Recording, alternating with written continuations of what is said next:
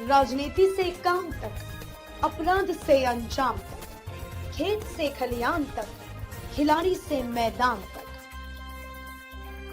सितारों से आसमान तक, पल पल बदलती देश और दुनिया की हर खबर पीएन न्यूज लाइव पर।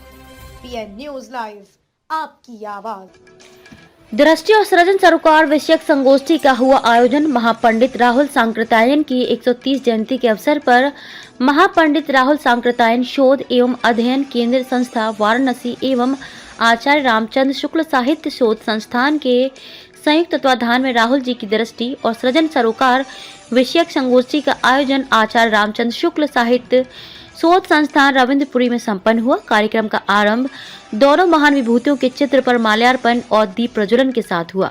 संस्था सचिव ने मंचासीन वरिष्ठ साहित्यकारों का सम्मान अंग वस्त्र से किया। इस अवसर पर अध्यक्ष डॉक्टर जितेंद्र नाथ मिश्र ने कहा कि महापंडित की उपाधि 1930 में संस्कृत की प्रकांडता के कारण राहुल जी को काशी की पंडित सभा ने प्रदान किया था। वे मात्र हिंदी के नहीं, इतिहास, दर्शन, पुरातत्व सभी विषयों के विद्वान थे, पर अन्य विषयों के विद्वान उनका कोई संदर्भ नहीं देते।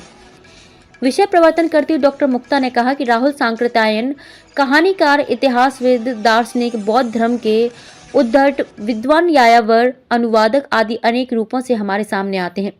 राष्ट्रभाषा, मार्क्सवादी, वैज्ञानिकता और बौद्ध धर्म की विशेषताओं के सम्मिलन से राहुल जी ने एक उत्कृष्ट और उन्नत समाज की कल्पना की। वर्ण भेद, वर्ग भेद से मुक्त, असमानता, आर्थिक विषमता से मुक्त विश्व राष्ट्र के निर्माण का आदेश स्वप्न उनके आशावादी दृष्टिकोण को व्यक्त करता है।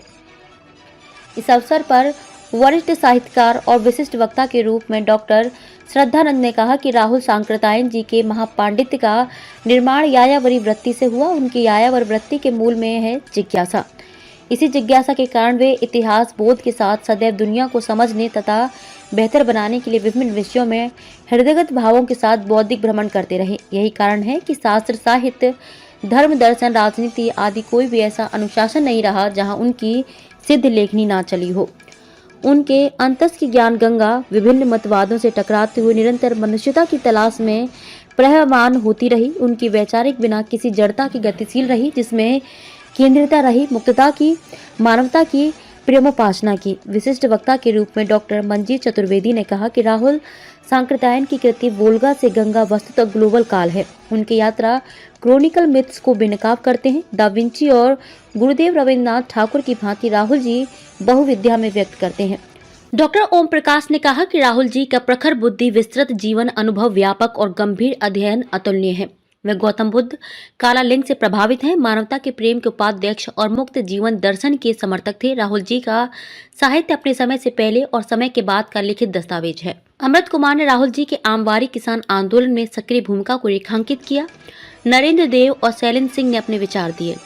संगोष्ठी के समापन से पूर्व महापंडित राहुल सांकृत्यायन की कालजयी कृति वोल्गा से गंगा कहानी संग्रह की 13वीं कहानी दुर्मुख का प्रोफेसर मंजीत चतुर्वेदी द्वारा नाट्य रूपांतरण किया गया है, जिसकी प्रस्तुति वाचिक अभिनय के रूप में उमेश भाटिया ने की।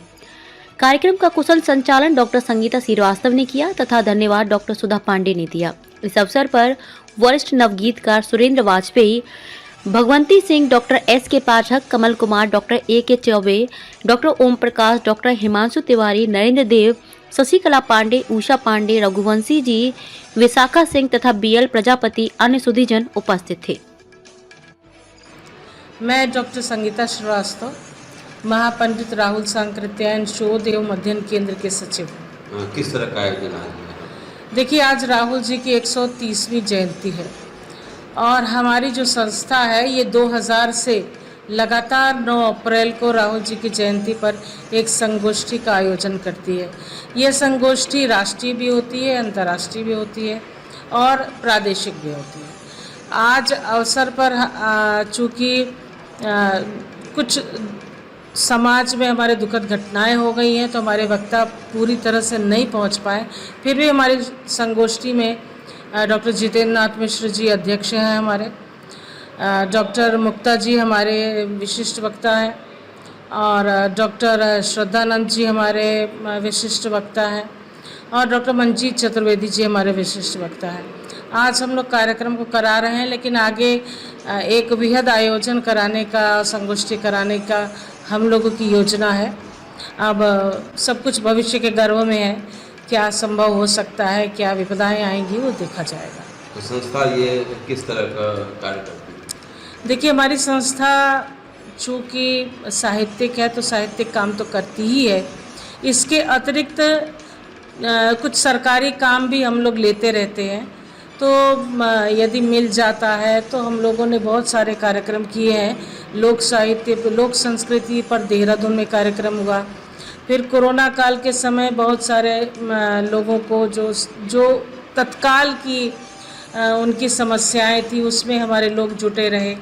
फिर उसके बाद अभी एक योगा पर कार्यक्रम उड़ीसा में हुआ। फिर बनारस में हमारा भी ट्रक ड्राइवरों के आई कैंप का एक आई कैंप लगा था। और फिर अभी टोबैको का जो जागरूकता अभियान भी चला। तो इस तरह के जो प्रोग्राम्स मिलते रहते हैं सरकारी, उसमें भी हम लोग पूरे तौर पर अपना पूरा समर्पण देते हैं।